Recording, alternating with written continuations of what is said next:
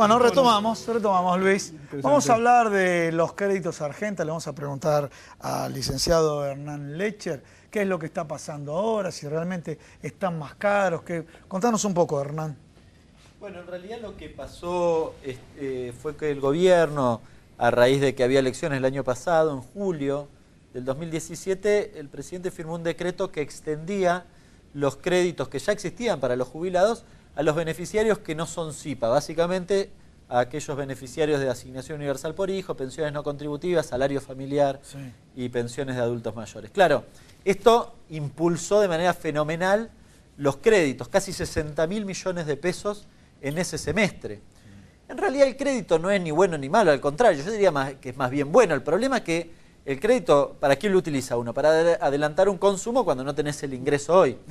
El problema es que un poco lo que nosotros analizamos en nuestro informe fue que esos créditos se utilizaron para compensar la pérdida de poder adquisitivo que se había consolidado a lo largo del 2016 y 2017, quizás no profundizándose en el 2017, pero consolidando quizás la pérdida del 2016. Conclusión, bueno, en realidad el beneficiario, el titular de la asignación universal por hijo, tomó un crédito para seguir, en el mejor de los casos, consumiendo lo mismo que antes. El problema es que ahora, en el futuro, no va a poder ni siquiera consumir esa misma cantidad y además tiene la mochila de plomo del crédito. O sea, consumo adelantado con pago diferido.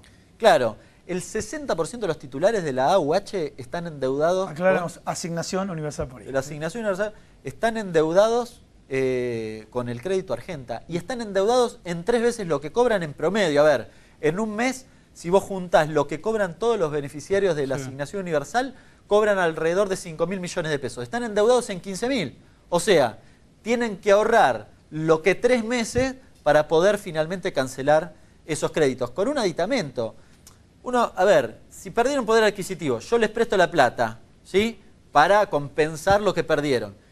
Pero en el futuro prevén o preveemos que van a aumentar su poder adquisitivo y con eso van a pagar el crédito, no está tan mal. Ahora, el problema es que uno no prevé que eso vaya a suceder, sino más bien lo contrario. Aparte con los aumentos que también de las cosas, de lo cotidiano que se van dando. De lo cotidiano. O sea, se les hacen más complicados todavía. Y el cambio de indicador que actualiza su propio ingreso. O sea, la AUH o las jubilaciones se actualizan hoy con un índice que no le va a ganar a la inflación nunca. Salvo un punto por año en el mejor de los casos. ¿Cómo hacen para pagar los créditos que tomaron? Vamos a mostrar este cuadro donde se marca la evolución de los créditos Argenta en el periodo que tú has mencionado. Claro, ahí arranca en julio a diciembre. Sí. Ahí se ve con mucha claridad. El más chiquito, el bastón más chiquito con el más alto. Claro, arranca en julio, que es donde se firma el decreto, por eso los créditos son relativamente pocos, pero finalmente llega en diciembre del año pasado a unos 56.000 millones de pesos, que era lo que mencionaba recién, que quizás uno tira el número y parece una entelequia, claro, o sea, mucha plata. Se le dio mucho dinero o se hizo esa inyección de plata, pero esa inyección de plata realmente terminó jugando en contra al jubilado quien recibe la asignación universal por hijo, por todo el contexto que se da, ¿no? Pensás al jubilado que va a comprar la farmacia, tengo que vivir hoy. Exactamente. Tengo que vivir hoy. El problema lo tienen a futuro. Es más, si vos lo ves macroeconómicamente, en el segundo semestre de 2017 el consumo logra estabilizarse y no caer, que era lo que había pasado en los primeros 3 semestres, digamos, los dos del 16 y el primero del 17. En el segundo deja de caer y hasta tiene guarismos positivos en algunos meses. Claro, naturalmente, inyectaron 60.000 millones de pesos, y esa gente agarró esa plata y fue a comprar lo que no podía comprar antes, con lo cual consumió, no es que lo ahorró o estaba invirtiendo para construir la casa de no sé qué, digo, no fue eso. El problema lo tienen este año, digamos, ¿no? En la medida, son créditos que en general son de 12 meses, con lo cual, desde el segundo semestre de este año, yo diría que ahí hay una situación para seguir porque es muy complicado. Gracias. Muy amable. Pasamos acá a la otra parte del estudio con Xavier Escalada, representante de los empresarios nacionales.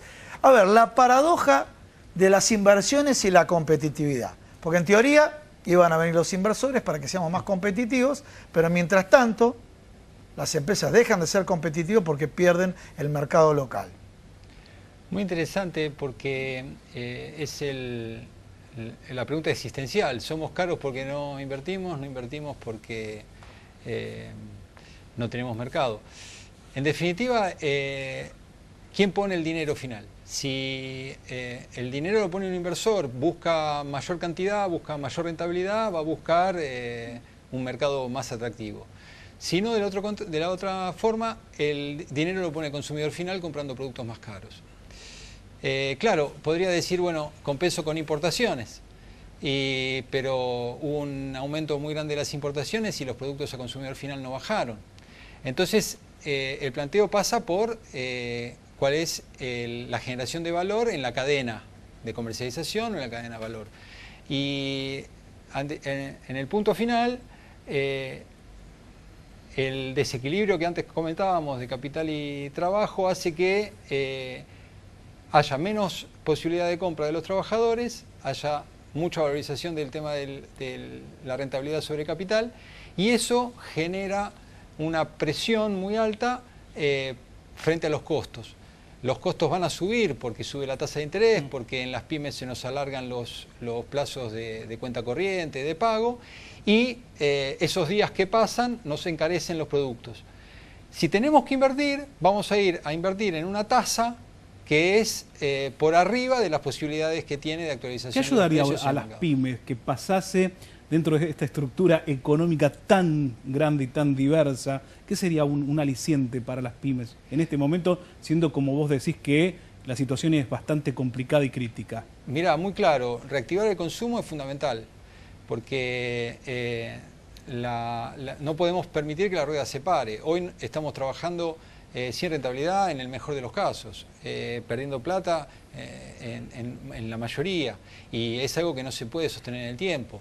De hecho, las pymes tenemos un agregado, dependemos mucho de los trabajadores. Entrenar a una persona en una pyme es costoso, entonces lo último que nosotros hacemos es tratar de despedir a la gente que está capacitada y que nos acompaña de muchos años de trabajo.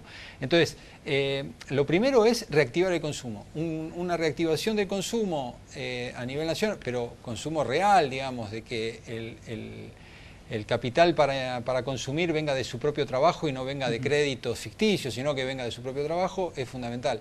En base a una mejor política distributiva de ese capital, que por un lado está dando una rentabilidad muy alta mientras se queda parado y no se mueve, y por otro lado el trabajador con muchas horas de trabajo agrega poco valor al producto final, hace que, bueno, que necesitemos empezar a regular, equilibrar determinadas cuestiones.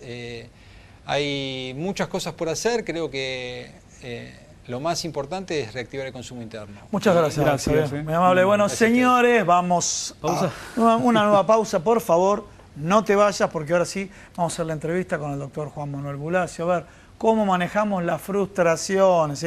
Y va para todos, estamos incluidos nosotros dos. Obviamente. Me imagino que el propio doctor Bulacio estará incluido, todos ustedes, porque en el día a día, ¿no? ¿Cómo abordamos y cómo manejamos las frustraciones? Vamos a un corte.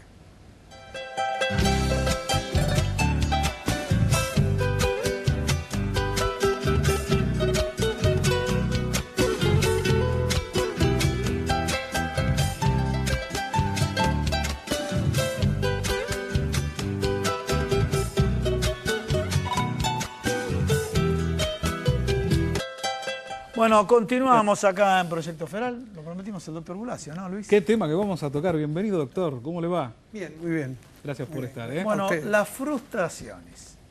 Si querés, a ver, nosotros tal vez nos estamos volviendo muy economicistas y decimos, bueno, puede pasar por lo económico o por el empleo. Pero vos en tu labor profesional ves que se da una repetitividad de casos que están abordados de ese lado. Me imagino que va a haber frustraciones en el deporte, frustraciones en el amor, frustraciones en la vida, etcétera, etcétera, por no haber alcanzado los objetivos que tenían fijados. Pero contanos un poco del rol que tiene la economía dentro de las frustraciones en general. Sí, lo primero es eso, ¿no? Que, a ver, el hombre, yo diría casi filosóficamente hablando, inevitablemente se va a enfrentar con frustraciones. Sí. Y esto es inevitable porque el hombre aspira siempre a más. El hombre aspira, yo diría que aspira a todo, ¿no? El hombre es muy raro que quede completamente satisfecho con un logro y que no quiera ir por más, ¿no? Uno ve a los mejores jugadores de tenis que pierden un partido y lloran, y por ahí es el mejor de la historia. Y sin embargo siente la frustración de haber perdido ese partido. Es como que está en la naturaleza del hombre una especie de búsqueda de todo, búsqueda de infinito, búsqueda de eternidad. Entonces, de una u otra manera, todos tenemos frustración. Siempre nos va a acompañar la frustración en ese sentido. Entonces, a partir de esa idea, uno ve que la frustración se da en diferentes niveles. Es decir, uno podría pensar que la persona que tiene menos recursos económicos, por ejemplo, podría estar más frustrada. Y muchas veces uno se encuentra que no es así. Se encuentra que una persona que tenía enormes aspiraciones y que por ahí, digamos, está en un lugar que sería envidiado por la mayoría y sin embargo se sigue sintiendo insatisfecho. Hemos escuchado el comentario de X persona que está en una situación como esta que marcás vos, buena posición económica, buen pasar, bárbaro, con una familia armada, etcétera, etcétera. ¿Cómo esta persona puede estar deprimida? ¿Cómo esta persona puede estar frustrada? Sí. ¿Entendés? Entonces, realmente son... Lo que pasa es que hay dos grandes campos ahí, ¿no? Exactamente. Uno son todos los campos clínicos, que creo que en como está planteado el tema, está planteado para no hablar específicamente de eso, ¿no? Porque lo clínico, digamos, las depresiones, los cuadros psicóticos, muchas veces los trastornos de ansiedad, son cuadros que no dependen tanto de la aspiración personal o de la personalidad o de la frustración. Son clínicos y tienen que ser tratados como tales. Bien. Ahora, en la vida cotidiana, cuando no hay un tema clínico, sin embargo, estamos expuestos permanentemente a este tipo de frustraciones, independientemente del lugar que ocupemos social o cultural o económico. Hoy en día pareciera que vivimos en una sociedad que tiende a generar, por distintos motivos, mucha sensación de insatisfacción, que es lo mismo que decir de frustración, ¿no? A ver, dijiste sensación de insatisfacción, frustración, cuadros depresivos, pues vamos manejando las escalas. Bueno, a ver, cuando la primera señal, ya que Luis te preguntó sobre el tema de la depresión, pero no entrar en lo clínico, pero cuando es la primera señal de alerta en la cual uno tiene que decir o recurro al profesional o yo mismo hago, siempre recurriendo al profesional, pero hago una autoevaluación. Che, ¿no será que esta frustración me está enfermando? Bueno, cuando la depresión, tomando lo de Luis, hay depresiones que son químicas, endógenas. Esas son las que digo que no dependen tanto de la situación. Ahora, hay depresiones reactivas, o sea, depresiones por lo que nos va pasando en la vida. Y ahí sí. Y en este caso hay algunas señales que son muy claras. Por ejemplo, cuando disminuye la capacidad de lucha. Bien, disminuye la capacidad de lucha. Claro, la persona se encuentra los brazos frente a un escenario negativo y empieza a dejar de pelear.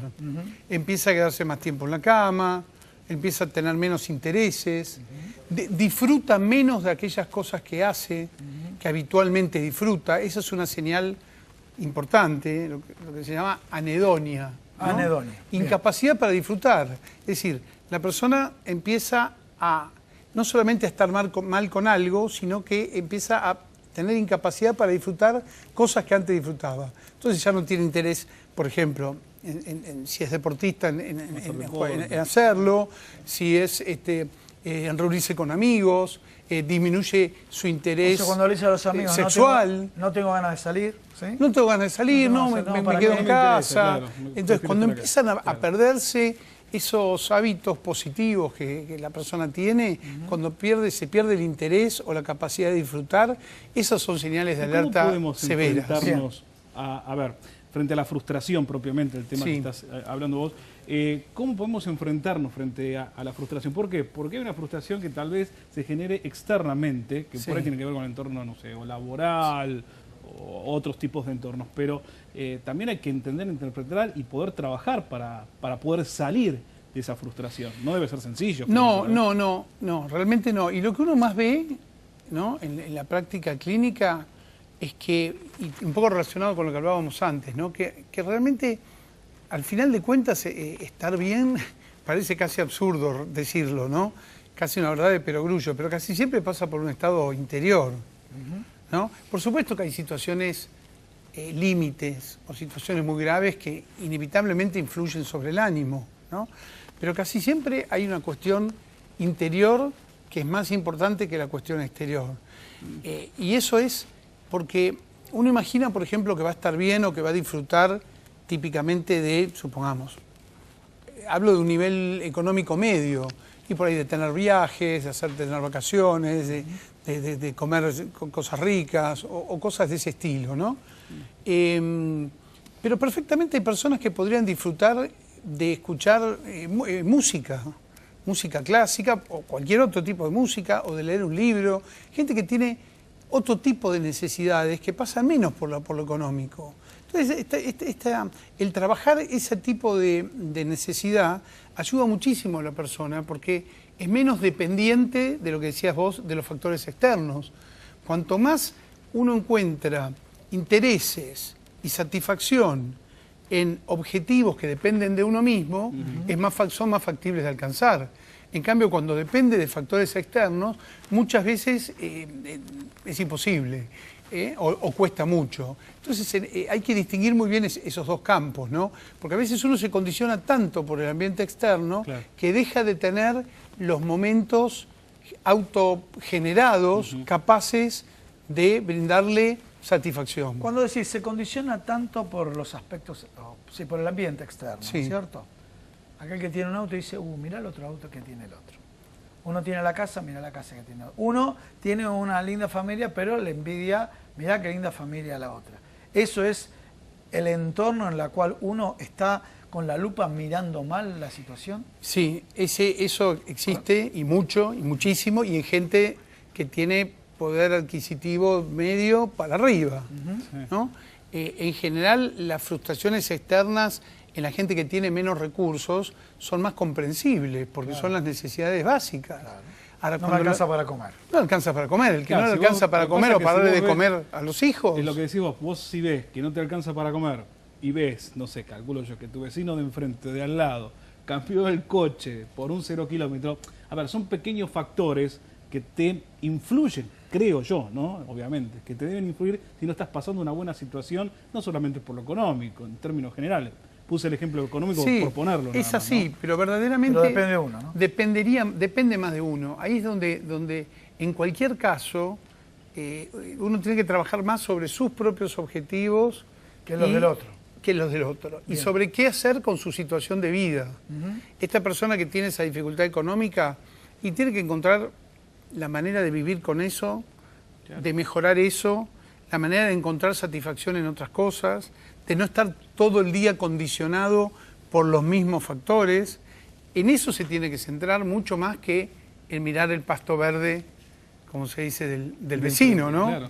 ¿No? Entonces, pero bueno, eso exige muchas veces trabajo, diría que siempre, trabajo interior. Muchas veces naturalmente se va viviendo una vorágine de insatisfacción y de refuerzo de la insatisfacción, ¿no? A modo de receta.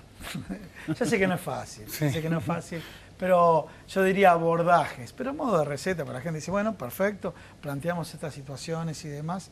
¿Qué consejos daría? Vamos a empezar por algo más simple. Bien simple. No, pero ¿por qué digo algo más simple? Para ir a lo más complejo. Sí. Tus hijos, mis hijos, los hijos de todos ustedes y demás, de pronto tienen una meta, una ambición deportiva sana. ¿Sí? No estamos hablando del auto importado versus el auto nacional, ni alta gama, media o baja gama. Correcto. Bueno, y de pronto por H por B, porque tal vez no tienen las condiciones físicas, ¿sí? Algunos entramos en la discusión, algunos nacen con talento y otros no, otros se hacen. Empezamos toda la discusión, que nos gusta ver un partido de tenis, un partido de fútbol, básquet, etcétera, etcétera, para mencionar grandes figuras que tenemos a nivel internacional.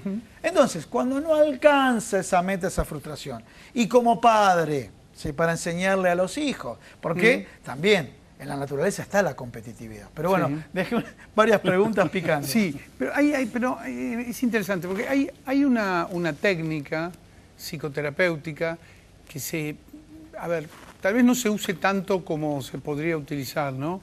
En el tipo de línea que yo sigo se habla de prospectiva. Y es plantearse como una especie de futuro ideal, utópico. ¿Para qué sirve esto? Para detectar cuáles son los deseos de uno. Entonces ahí no hay restricciones. Uno puede libremente ser campeón mundial de tenis. Bien. ¿Sí? Ahora, una vez que logra identificar